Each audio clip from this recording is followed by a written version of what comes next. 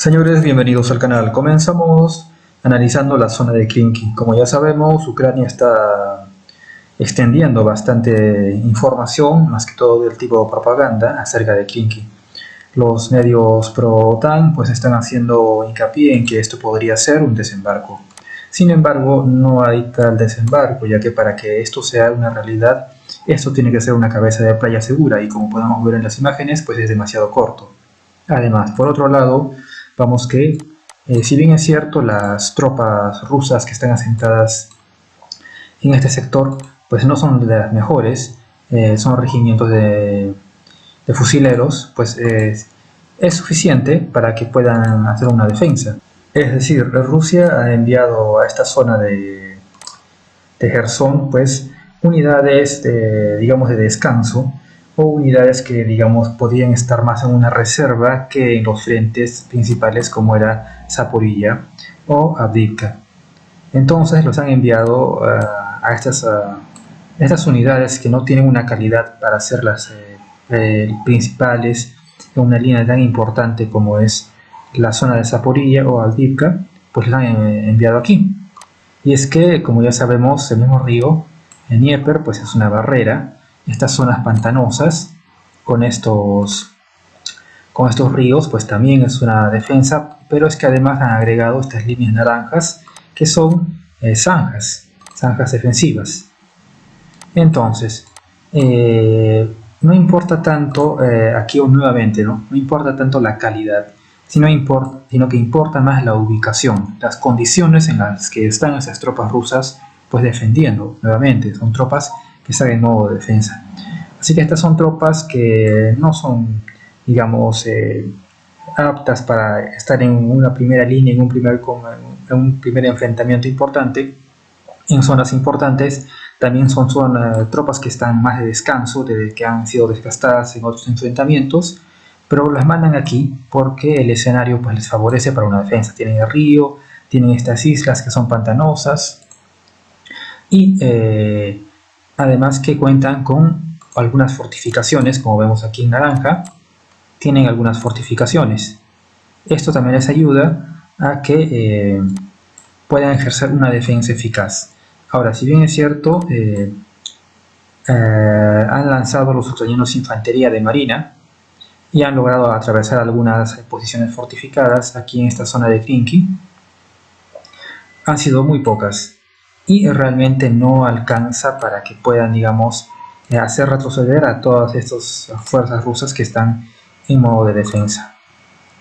Es que, señores, no se trata simplemente de tener un éxito táctico, sino que tiene que ser por lo menos operacional, y esta pequeña franja pues no va a alcanzar para poder realizar un gran desembarco como están diciendo ahora los medios ucranianos. Ahora, por otro lado, sabemos también que Rusia está comenzando a bombardear al otro lado del Dnieper, donde los ucranianos tienen pues fuerzas acumulándose, para, sobre todo, infantería de marina, para cruzar el Dnieper y seguir manteniendo la presión aquí sobre Klinky. Entonces, vemos que la zona de Klinky pues está siendo bastante promocionada por los medios occidentales, pero nuevamente no es lo suficientemente grande. Sobre esta zona se está lanzando bombas FAB-500, y también la aviación rusa, los Sukhoi, están bombardeando pues al otro lado, ¿no? Donde hay algunos depósitos de armamento y algunos blindados, estos blindados a oruga, con drones. Entonces vemos que Rusia pasa también a golpear al otro lado del Dnieper usando su aviación, ya que la mayor concentración de defensas, sobre todo antiaéreas, pues está en otros frentes, como es el sector de Zaporilla o el sector de Avdiivka. Entonces esta zona es una zona menos protegida en cuanto a defensas aéreas, y por eso Rusia aprovecha para bombardearlos tanto con aviación como con drones. Aparte de eso, si tomamos solo eso en cuenta, ya no se puede acumular una suficiente fuerza que sea capaz de pasar al otro lado. Pero para pasar al otro lado, otra vez, este río. Y este es el problema. Es el gran problema para Ucrania, el río. Y después del río vienen estas zonas pantanosas, que no puedes atravesarlas con infantería, pero ya de vehículos pesados no. Tendrías que construir pues una carretera. ¿no? De concreto, ya más, con asfalto y más difícil. Sortear también estos ríos aquí. Y acá esta franja no alcanza para hacer un desembarco, tiene que ser mucho más grande, al menos unos 10 o 15 kilómetros, sacar a las fuerzas rusas de ese sector y ahí recién ir acumulándolas. O es decir, estas partes, estas fuerzas rusas aquí, pues tendrían que retirarse. Probablemente aquí también, pero digamos en este flanco. Vemos acá zanjas defensivas. Entonces tendrías que derrotar estas zanjas defensivas de los rusos para proteger el flanco de esta zona de Krinky si la quisieras ampliar. Muy complicado, porque los rusos obviamente si ven que se están comenzando a cruzar, pues van a mandar reservas a esta parte. Pero en este momento no mandan las reservas los rusos porque no es necesario. Esta zona pequeña, esta franja, pues no es apto para un desembarco. Sin embargo, como ya dije, acá las fuerzas rusas pues no son las de primera línea, son unidades digamos de menor calidad o unidades desgastadas que mandan aquí para estar en unas posiciones defensivas, ya que tienes el río que te favorece la defensa, tienes estas islas, estas zonas pantanosas que te favorecen la defensa, y además reforzadas con algunas zanjas defensivas en color naranja, como vemos aquí, que pues te favorecen, que te facilitan la labor defensiva. A eso me refiero con condiciones. Acá no necesitas, para tener una defensa eficaz, no necesitas tropas de élite. No necesitas tropas pues de reserva, o las más cansadas, las más desgastadas, que en una labor defensiva, con el río, con estas zonas pantanosas de islas, y más algunas zanjas de defensa antitanque, pues te sirve, es suficiente para detener. Entonces, notamos que la situación de Krinky es más una labor propagandística para que decir que, bueno, Ucrania después de la fallida contraofensiva, pues ahora está teniendo una nueva iniciativa en este sector. Cuando sabemos perfectamente que, por ejemplo, en Avdiivka la iniciativa es de los rusos. Ya eso es más que evidente. Avdiivka está atrayendo la atención de todo lo que respecta en la guerra en Ucrania, y se ve claramente que Rusia está en una iniciativa en corto, pero una iniciativa después de haber estado en la defensiva, y la capacidad ofensiva de Ucrania pues se acaba. Ahora, esto de Krinky pues es a lo mucho, podemos decir, algo táctico, pero no es tener la iniciativa estratégica. La iniciativa estratégica la tiene Rusia en Avdiivka. ¿Por qué? Porque está buscando ese objetivo estratégico de desmilitarizar Ucrania, atrayendo a los ucranianos a una bolsa de destrucción. Así que nuevamente, señores, cuando escuchen que esto de lo de Krinky pues no es viable para nada.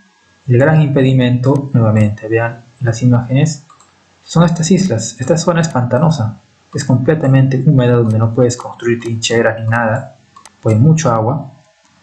De paso, tienes estos ríos que te impiden también, tendrías que construir puentes, también es un problema esto, pero nuevamente un problema aún mayor es el Dnieper. El Dnieper, que es un gran río y lo tienes que cruzar. Pero como digo, los rusos están lanzando bombardeos con bombas planeadoras hacia estas zonas, al otro lado del Dnieper, donde hay pues acumuladas fuerzas ucranianas. Entonces tampoco la defensa aérea es la más eficaz en esta zona, porque no ha sido realmente una zona pues bastante prioritaria para Ucrania en meses anteriores. Entonces está muy difícil esto. Está muy difícil que se convierta en lo que prometa algo, porque vamos, no es fácil tomar estas zonas urbanas, por ejemplo, o por ejemplo en el flanco de Krinky. En esta parte, vamos a ver en este otro mapa. En el flanco de Krinky pues tenemos, vean estas zanjas defensivas.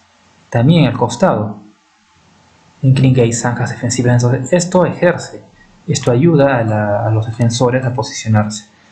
En caso que Ucrania pues quisiera lanzar un ataque masivo, no importándole las bajas, tenemos que recordar que Ucrania sí debe ceder las bajas porque no tienen la superioridad en número, pero por lo más que lo decidieran así, lanzar un ataque masivo, estas zanjas ayudarían a resistir el suficiente tiempo para que Rusia traiga pues reservas, e incluso podría ser de los laterales. simplemente de los laterales con algo de la retaguardia traer fuerzas aquí y hacer una labor de contención. Pero otra vez, la artillería y la aviación pues frustrarían poner cualquier puente logístico, y es lo importante, el puente logístico. Solo con infantería nada más no vas a poder tomar acá unos 15 kilómetros por lo menos, no es viable eso. Y además la infantería tiene que ser suministrada, necesitas medios blindados para hacer una penetración y o por lo menos algunos vehículos, y eso requiere combustible, también requiere poner al otro lado artillería, munición, y si no puedes construir un puente en el Dnieper, vamos ya, o sea, lo del puente en el Dnieper, la aviación rusa la puede destruir, tienes que mejorar tu defensa antiaérea acá. Además tienes que cruzar, hacer una carretera en estas islas, que es una zona pantanosa. Tienes el problema de la artillería rusa ya está bombardeando esto, así que el fuego artillero ruso pues también sería otro problema. Tendrías que acumular acá bastante artillería ucraniana para hacer fuego de contrabatería.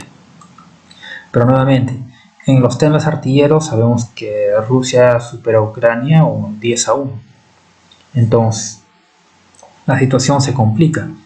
Esto es más una cosa propagandística. Krinky es una cosa más propagandística que eficaz. Incluso si ampliaran todo esto, duplicaran, digamos, la extensión de esto, igual sigue sin poder ser viable, precisamente nuevamente por esto, por el río. Ese es el gran problema para Ucrania, el río. No es fácil cruzarlo, es un gran obstáculo. Por eso los ríos son tan importantes defensivamente hablando, y por eso pues los rusos no han llevado las mejores unidades aquí al otro lado del río, porque con algunas fortificaciones le basta la infantería para tener una defensa eficaz de este sector. Por otro lado, vamos a la zona de Bakhmut. En la zona de Bakhmut se está hablando mucho de que Ucrania pues quiere retomar Bakhmut, ¿no? Que el asunto de Klishivka pues revivió de alguna manera las esperanzas de que Ucrania podía realizar un cerco operativo. Vemos aquí que los rusos lanzan algunos contraataques para mejorar su posición, pero nuevamente no se logra hacer una pinza sur. Y así se lograra hacer una pinza sur, pues se requiere una pinza norte. Y lejos de concretarse una pinza norte, vemos acá que los rusos comienzan a presionar, entonces está muy lejos de que se ejecute una pinza norte. Además vemos acá zanjas defensivas, fosas antitanque y todo ese asunto. Entonces es muy difícil que se construya una pinza sur. Para eso tendrían que tomar Berjivka, pero ya están muy alejados de eso. Para hacer un cerco operativo, los ucranianos tendrían que tomar Berjivka, una pinza norte, y tendrían que avanzar, no quedarse en Klishivka, sino avanzar más para hacer una pinza sur. Ahora es cierto, han tomado Klishivka, pero todavía no están en posición de hacer una pinza. Los rusos siguen presentando resistencia aquí, pero recordemos que solo una pinza sur no basta, tiene que haber una pinza norte. Curiosamente en el norte pues presionan los rusos, vean, están a la ofensiva al norte de Bakhmut, haciendo retroceder todos los esfuerzos ucranianos. Y otra vez, si no existe pinza norte, no vas a poner en cerco operativo a Bakhmut solo con una pinza sur, por más que Ucrania lograse una pinza sur desde Klishivka, donde todavía se sigue combatiendo, y como vemos los rusos realizan alguna presión para mejorar su posición. Así que, señores, vemos la situación una vez más ya estancada, es decir, por más esfuerzos que se haga, por más intentos propagandísticos como el tema de Klishivka, pues no se ve por dónde Ucrania vaya a poder mejorar esta situación. Nuevamente, como se dijo desde un comienzo, esto es una cuestión de números. No se trata de la calidad del armamento, no se trata si el Leopard 2A6 es superior o de los HIMARS son superiores. La calidad en una guerra de alta intensidad de desgaste no es relevante, es relevante el número. Ahora ya desde Occidente, desde incluso canales pro-OTAN pues, y pro-Ucrania, pues ya se comienza a hablar de la guerra de desgaste. Y es que ya a estas alturas es evidente, la guerra de desgaste es un hecho, y como ya sabemos, la guerra de desgaste es un lugar donde manda el número, no la calidad, y los números los tiene Rusia. Ese es el escenario, y es por eso que Rusia siempre buscaba imponer esta guerra de desgaste, porque tiene las condiciones para ganar en ese escenario en particular. Y por eso era tan importante que Ucrania rompa esta imposición de Rusia al ejecutar esta guerra de desgaste. Por eso la contraofensiva ucraniana. El objetivo era romper el formato de guerra de desgaste que había hecho Rusia. No fracasaron en la contraofensiva, no se pudo. La contraofensiva ucraniana iba a cambiar la guerra de desgaste por la guerra de movimientos. Nuevamente, la guerra de desgaste en Zaporilla no fracasó y seguimos ahora sí ya desde todos los sectores en la guerra desde la opinión, ya desde todos los sectores en la guerra de desgaste. Pero ahora, si esto es un revés para Ucrania, hay algo que podría ser peor y como ya sabemos, es lo que pasa en Gaza. Lo que pasa en Gaza se va a resolver, básicamente es el concepto de batalla urbana, porque el asunto aquí es probablemente no dure tanto como lo de Ucrania, porque obviamente las fuerzas, por ejemplo, de Hamas son unos 40.000 hombres y de Israel son 100.000 profesionales y 300.000 reservistas más. Ya sabemos que Israel no puede concentrarlo todo en Gaza porque si no Hezbollah aprovecharía para atacar. Entonces, ¿en qué escenario? Nuevamente, el escenario que plantea Hamas. Hamas siempre tuvo el escenario de no pelear en campo abierto, ni tampoco pelear en estas zonas rurales, sino pelear aquí en el casco urbano, en la zona más urbanizada, dentro de los edificios, en las calles y todo eso. Entonces, la batalla en Gaza es básicamente urbana. Además combinado con los túneles, ¿no? Vamos a ver cuán eficaz son esos túneles.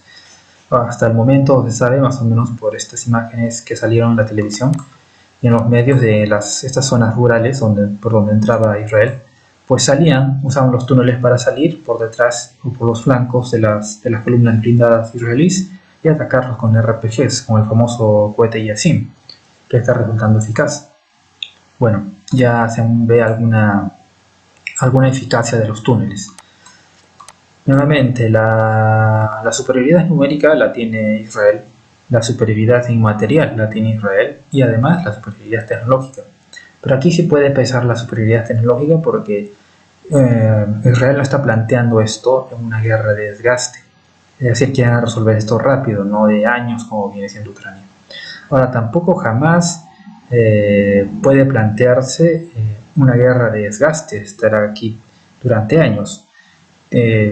Su material es, digamos, es medido, el espacio donde se mueven también es medido, y por eso también ya se sabía que Israel los iba a aislar, iba a intentar aislarlos por la mitad, y ahora solo depende jamás pues de los túneles, ¿no? Pero obviamente jamás no tiene los medios para pelear una guerra de desgaste. Entonces, ¿qué sería? ¿Una guerra de movimientos? Pues no tanto así, sino sería una guerra urbana. En una guerra urbana es cierto, si bien es cierto, se podría plantear una guerra de desgaste, es decir, luchando calle por calle, pero también es una zona más pequeña donde puedes hacer un gran asalto. Entonces, se podría decir que es una guerra de desgaste, pero una guerra de movimientos no va a ser. Porque una guerra de movimientos se hace en zonas abiertas, ya saben, grandes movimientos acorazados, columnas blindadas y todo. Pero una guerra urbana pues es más al estilo desgaste, cuanto los defensores de la ciudad pues puedan resistir. Lo bueno de sus posiciones, de sus tácticas y todo. En este sentido, lo que tiene que hacer Hamas para ganar es simplemente resistir, atrincherarse bien, haber colocado bien sus túneles y todo eso. ¿Qué tiene que hacer Israel? Pues abrumarlos con el número que tiene. Simplemente eso, intentar abrumarlos, saturarlos con el número, algo así como hizo Rusia contra Ucrania en Bakhmut. Saturarlos. con el número, porque si van a usar la tecnología, pues a ver, pueden usar armas guiadas para derrumbar los edificios, y ese efecto va a ser el efecto de Monte Cassino. Debemos recordar que en la Segunda Guerra Mundial, pues los aliados en Italia, en Monte Cassino, pues derrumbaron la abadía que estaba ahí y convirtieron esas ruinas en fortalezas. Se usaron esas ruinas como fortalezas para que los paracaidistas alemanes pues detuvieran el avance de todo el ejército aliado en Italia. Así que de nada te sirve bombardear cada edificio, no vas a hacer lo peor, vas a convertirlo en fortalezas. Entonces básicamente acá se va a tener que usar bastante infantería israelí. Los blindados ya se están viendo que están siendo cazados por las fuerzas, las escuadras antitanque de los miembros de Hamas, como el famoso Yassin, estos RPGs. Así que vamos a ver, vamos a ver cuánta masa requiere Israel para poder saturar a las fuerzas de Hamas, y cuán bien preparados y entrenados y planificados sobre todo está la defensa de Hamas en esta zona urbana. Porque esto va a ser básicamente urbano, porque si Hamas intenta enfrentarse a Israel pues en campo abierto no le favorece, tiene la de vencer Israel, que va a hacer movimientos acorazados, es obvio. Pero ya cuando estaban entrando a estas zonas rurales, ya que la cobertura de las casas, como vemos en imágenes, en los noticieros y en los medios, esos combatientes de Hamas que atacaban a los blindados y tanques israelíes, pues lo hacían más o menos desde aquí. Los israelíes iban por esta zona más abierta y los de Hamas salían de estas casas, de estas calles, y los atacaban. Entonces ya en la zona urbana, algo de casas pues les da cobertura.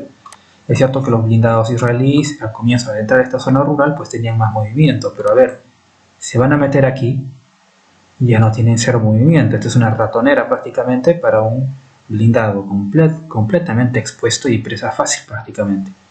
Y ese es el problema. Entonces todo depende de cuán bien pueda resistir Hamas, cuán bien se haya organizado. Si Israel logra saturarlos, y esto va a ser a costa, y eso es lo que se presume podría ser a costa de muchas bajas, no solo en tropas sino en blindados, pues ahí ganará. Sin embargo, ¿qué pasa? Si Israel gasta demasiado para su victoria, va a tener que usar mucho de su fuerza aquí, y otra vez la amenaza de Hezbollah, que desde el norte puede aprovechar la oportunidad viendo que Israel concentra demasiado sus fuerzas. Y sabemos también que Hezbollah pues es mucho más fuerte, ¿no? Tiene alrededor de entre 100.000 y 150.000 cohetes. Además que son mucho más militantes, además que le va a llegar material desde Siria, le va a llegar material desde voluntarios desde Irak, les va a llegar más voluntarios y más material desde Irán. Entonces ¿qué pasaría? Pues no le quedaría a Israel más que pedir la intervención directa de los marines. ¿Qué pasa si los marines intervienen en Israel? Adiós Ucrania. Lo van a tener que dejar de lado porque la prioridad para Estados Unidos siempre va a ser Israel. Y señores, así vemos que la guerra en Europa y en Medio Oriente está bien entrelazado. Y lo que pase de uno u otro lado, pues es importante, porque lo que pasa en Medio Oriente puede terminar definiendo lo que pase aquí en Europa.